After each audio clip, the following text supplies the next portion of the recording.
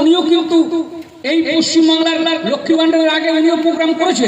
মধ্যপ্রদেশে লাডলা যোজনা প্রকল্প যেটা মহিলাদের জন্য করেছিল, সেটা শিবরাজ সিং চৌহান আমাদের যে মুখ্যমন্ত্রী ছিলেন, এখন বর্তমানে কেন্দ্রীয় সরকারের পঞ্চায়েত এবং গ্রামীণ মন্ত্রী এবং কৃষি মন্ত্রী, উনি থাকাকালীন ওই লাডলা যোজনা প্রকল্প করেছিল।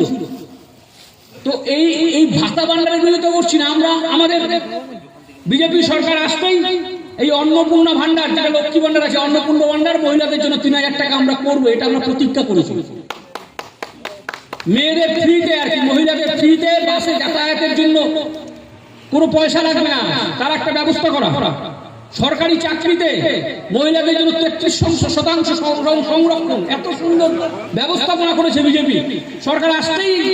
এই যে মহিলাদের জন্য যে কার্যক্রমগুলো, এটা খুব সুন্দর ব্যবস্থাপনা। এই সারা ভারতবর্ষের মধ্যে বিজেপি এত সুন্দর পশ্চিমবাংলায় যে ইস্তাহার তৈরি করেছে, খুব সুন্দর প্রকল্প।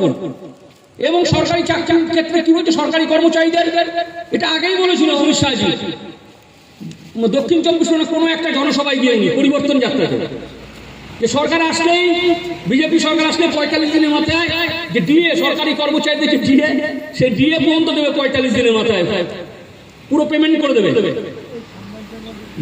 বার্ধক্য ভাতা, বিধবা ভাতা বলছে 3000 টাকা, যেটা 1000 টাকা আছে। কেন্দ্রীয় সরকারের প্রকল্প আছে, সেখানেও কিন্তু ম্যাচিং গ্র্যান্ট রাজ্য সরকারের করতে হয়, তার ঠিক মতন মানুষের কাছে পৌঁছয় না। আমি জানি, আমি দীর্ঘদিন পঞ্চায়েত মেম্বার ছিলাম, প্রায় 15 বছর।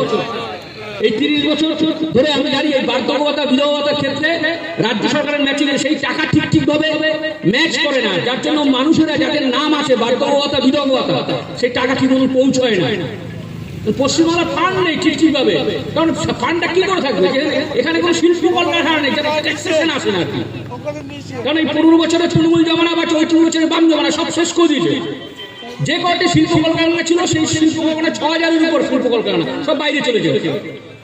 অতএব এই যে দাদা বলছিল যে ডবল ইঞ্জিন সরকারের প্রয়োজন পশ্চিমবাংলা, কেন্দ্রে মোদী সরকার আছে, রাজ্য মোদী সরকার দরকার।